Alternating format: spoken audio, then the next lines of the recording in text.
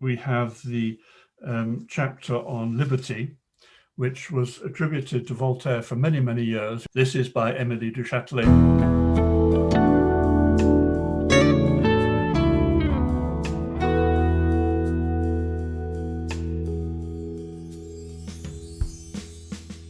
Welcome to all of you. I'm very happy to have you with us today. My name is Ruth Hagengruber. I'm the director of the Center for the History of Women Philosophers and Scientists. And I'm very glad to celebrate today Émilie du Châtelet's 314th birthday. It's a very special birthday gift that we have prepared today for her. It's the very first, the first is the first, it can't be the very first, it's clear. It's the first release of and publication. So we know these texts in the French edition from Wade, but now it's the first critical, historical, and online edition to the public. And I'm very happy that I have those guests who have been involved the very most to bring this forward. So I'm welcome to Natalia Speranskaya, head of the Voltaire section at the St. Petersburg National Library. And I'm happy that Andrew Brown from the Centre des Études du XVIIIe siècle in France has joined us, who has, together with Ulla Kölving, one of the major parts now done to bring online the critical and historical edition of these. Thank you very much, Andrew. Okay.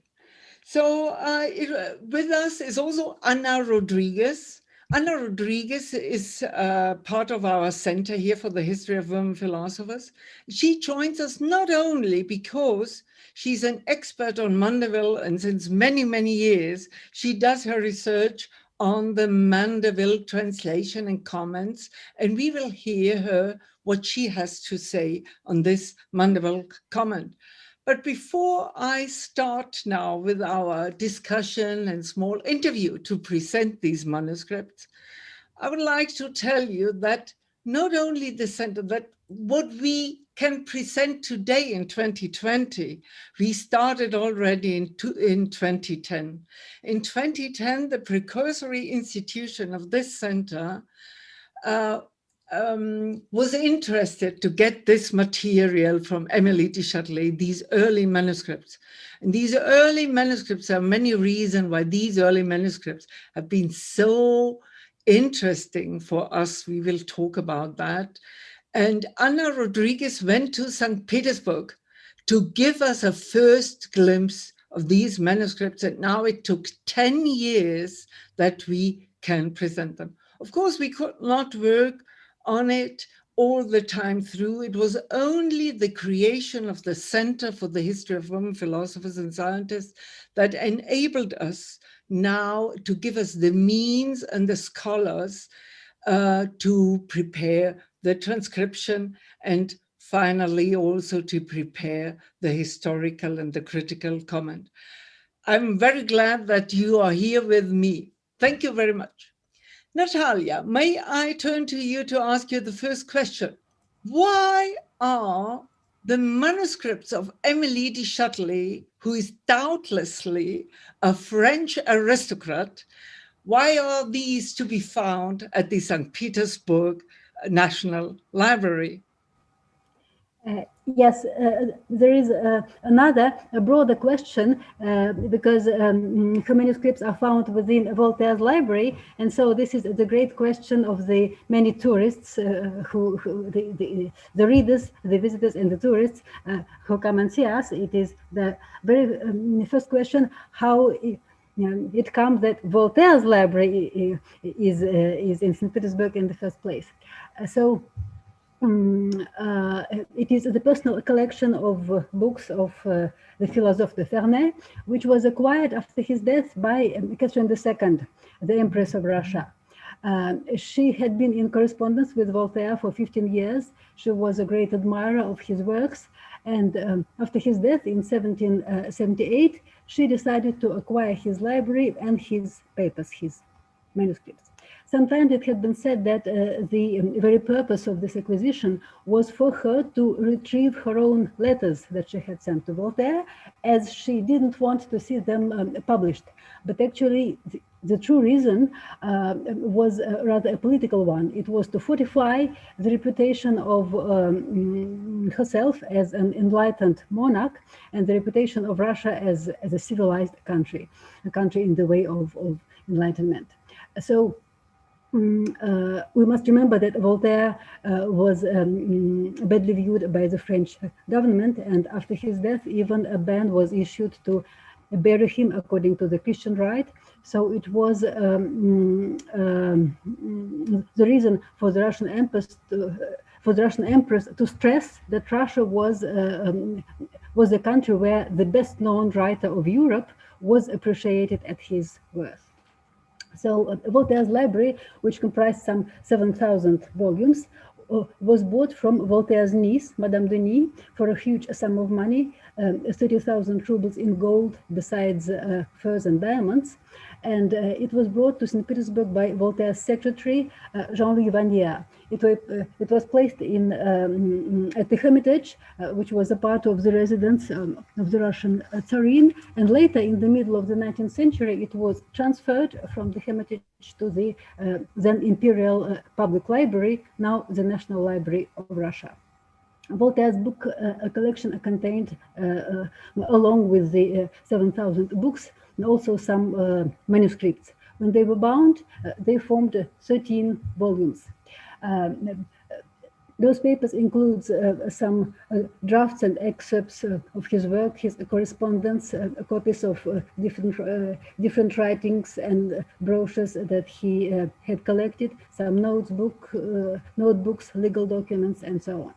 The manuscripts were brought in St. Petersburg in packs. It was here that they were sorted out by Voltaire's secretary, and it was here that they were bound. There is a document in the state archives which proves that they were bound here. It's a bill from the binder, a certain Thomas, that was settled by Her Majesty's office. One of the volumes, volume 9, I can show you the volume, but I cannot open it. You will not see the contents. The camera would not allow it. It contains some papers of Madame de Châtelet. It is not clear why exactly these papers had stayed with Voltaire. They are all marked either by his hand or by Vanier's as by Madame de Châtelet, par Madame de Châtelet, de la main de Madame de Châtelet. So this is our story, and I understand that it is Andrew Brown who will tell us more about those and other manuscripts by Emily. Thank you very much, Natalia, for presenting us this story, because indeed, I hope in future the tourists will come to St. Petersburg and ask for the manuscripts of Emily de Châtelet. And as we all know, in fact, there are many requests for these manuscripts have been, and we are very, very proud and very grateful that you had the courage and the confidence in our institute that we will bring forward this transcription and edition, which is really, which has been a huge confidence as we started at that time, our center, and I hope you will not be disappointed. I turn now to Andrew Brown. Andrew Brown and Ulla Kölving are well known since many years for the work on Emily de Châtelet. And they started with investigations on papers and manuscripts from Voltaire and discovered that the one and other manuscript from Voltaire, de Châtelet had her hand in.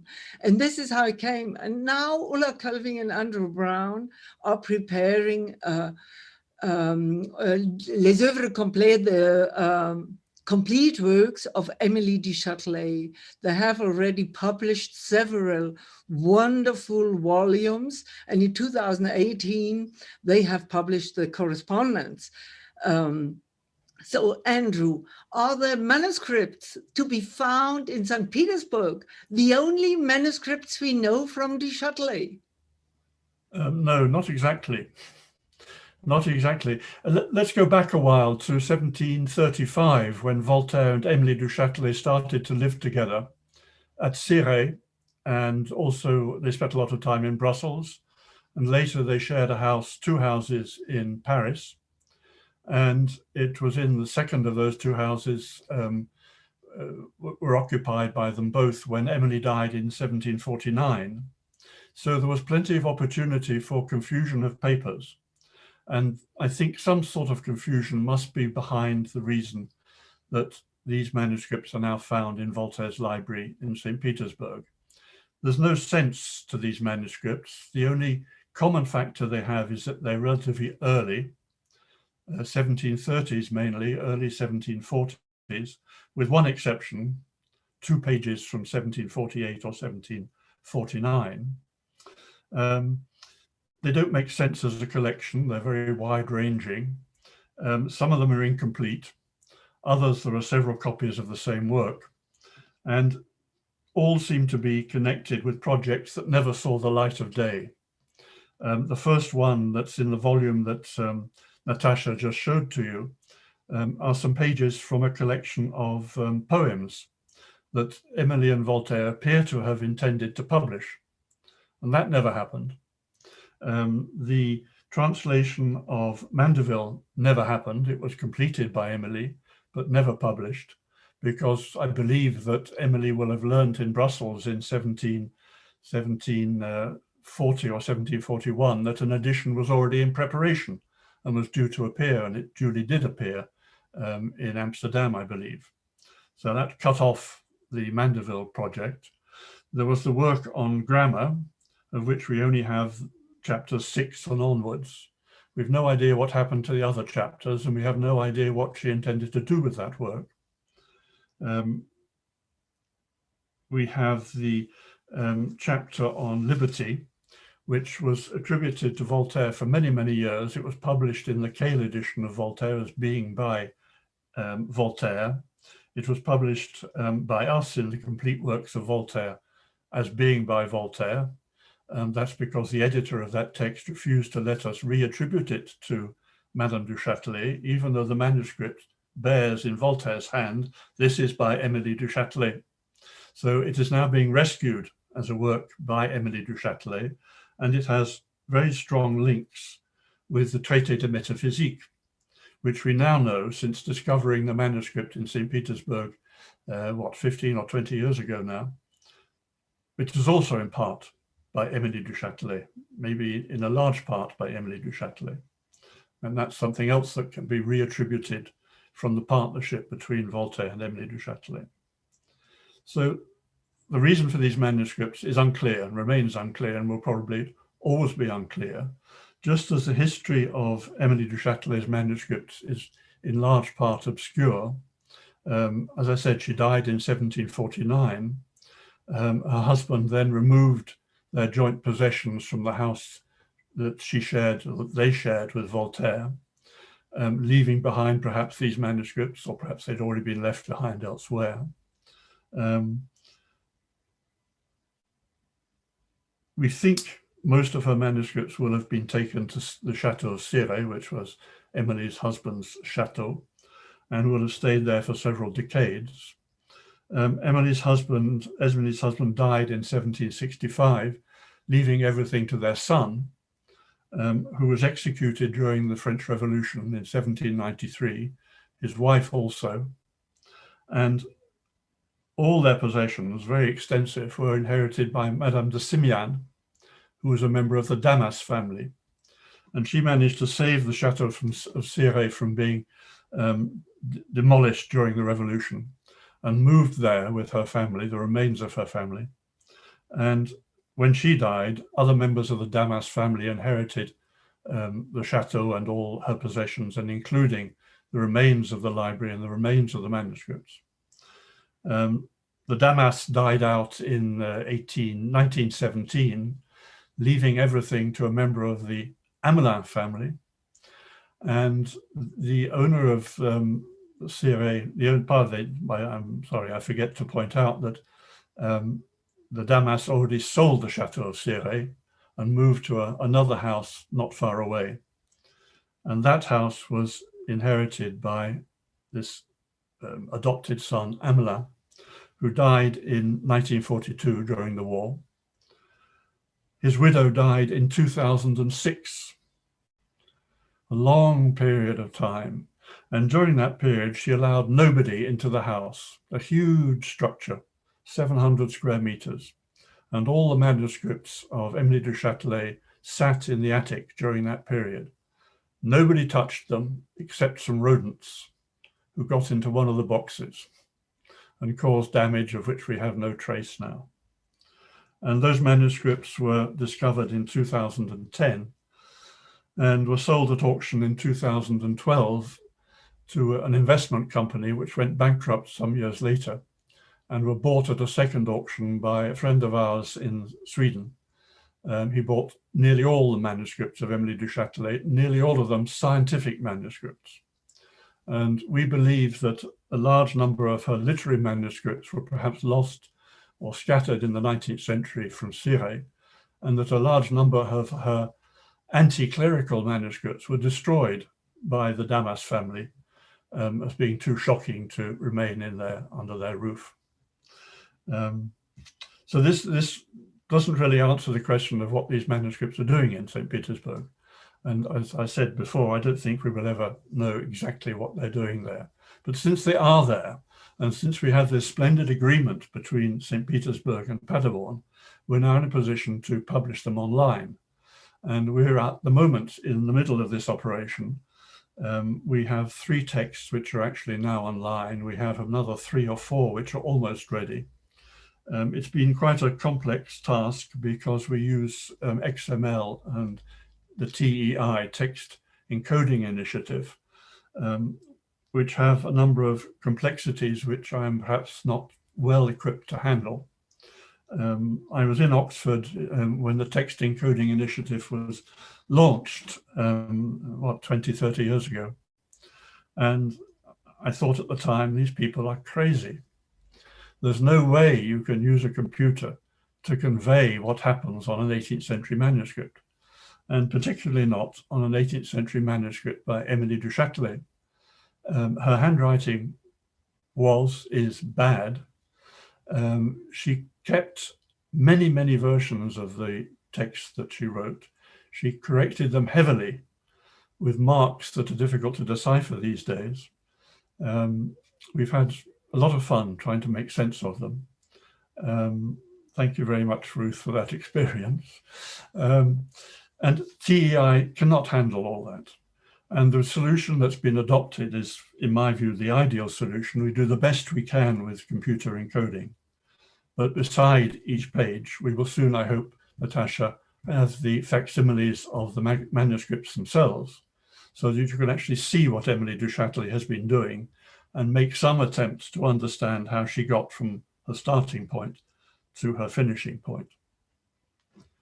To give one example, in the manuscripts, the Mandeville manuscripts, we have, I think, 3 manuscripts of the preface of the traducteur, Émilie's own preface.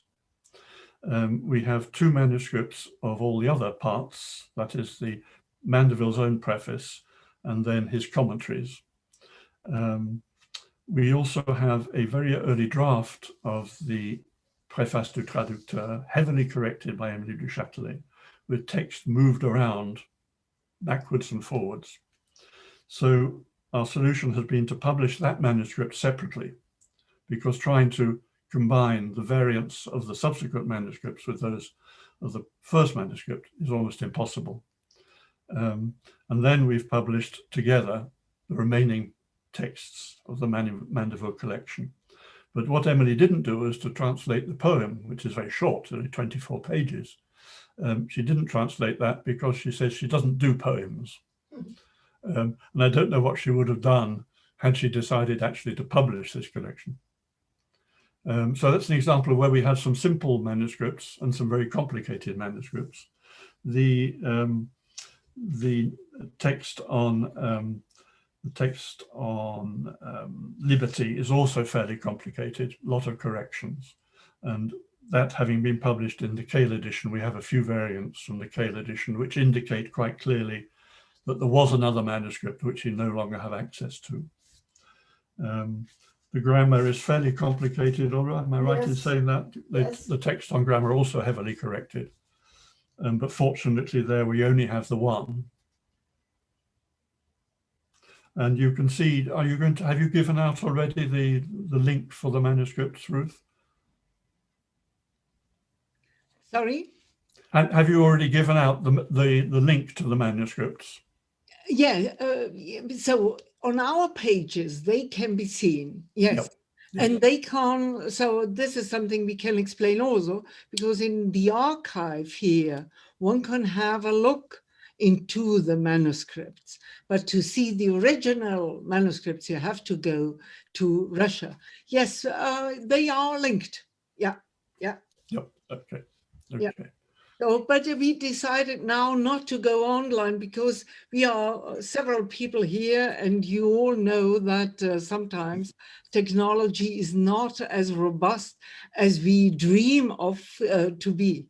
Andrew, I'm not sure if you were now at the end, but I would like to ask you another question. So you have pointed out that that this is a collection by random, you say. But you understand, you know very well that this collection, which is in St. Petersburg, is of high value exactly for a research which is intensively followed here at the Paderborn Institute, because it is the rewriting of the first draft of her institutions. And this is all this influence and, you know, and these changes and the heavily discussions with Voltaire. I think there is not yet enough research to demonstrate the difference, the intellectual and metaphysical differences between the Element and the Voltaire in several writings, you know. What is your opinion, Andrew, on this difference or overlappings? Sorry, I just had, what did you say, Ulla? We don't have many manuscripts from Voltaire's text. No. Yeah. No, Ulla points out that we don't have many Voltaire manuscripts. Yeah, but from the content that, yes, but it's, you know. Yep. What is interesting about De la Liberté, for example, is that it has parallels with several of Voltaire's works and several of Du Châtelet's works. And in a sense, you can see there's a sort of unpublished, unfinished corpus of writings which link into each other. And these are unpublished and unfinished operations. And this is perhaps one reason why these different texts have been left lying around untreated, because they've been picked up in texts that have advanced further and have therefore become more or less useless. Yeah. And that could be true of the Liberty text, incorporated to a large measure in the Traité de Métaphysique, of which we do have a finished manuscript. And that was never published because Émilie du Châtelet was too frightened of the consequences. And I mean, the legal consequences, because I remind you all that Voltaire was at Cirey because he was escaping from Paris, escaping arrest after the publication of the Lettres Philosophiques. So Émilie du Châtelet had no wish to see Voltaire getting into further trouble, and refused to allow him to give out copies of the Traité de Métaphysique, and refused to have it published. Yeah, yeah. So this is something we can mention here because you wrote this famous paper together with Ulla Kölving in 2003 on the Traité, and the Traité will be presented in our collection also. So we are going forward with presenting the texts that are still missing now online. And I think we will continue in spring an interesting series together with those people who have translated the different texts and papers. So we were able to manage to get translation from the most outstanding English native-speaking scholars like Buruka, like Andrew Gabay, like Felicia Gottman, and I'm looking forward to that. But because before we are now getting to the end of our short presentation here, I'm happy to ask Anna, who occupied herself for a very long time with the manuscripts of Mandeville and has developed her own perspective on these manuscripts. Anna, are these manuscripts translations, or what is it about? Thank you, Ruth, for giving me the opportunity to say something here. And I started a long time ago a dissertation on Émilie de Châtelet and La Métrie, Julien-Alfred La Métrie, and came at a certain at the point where I stuck in my work, and I realized that I had to take the Mandeville text into consideration to continue my work.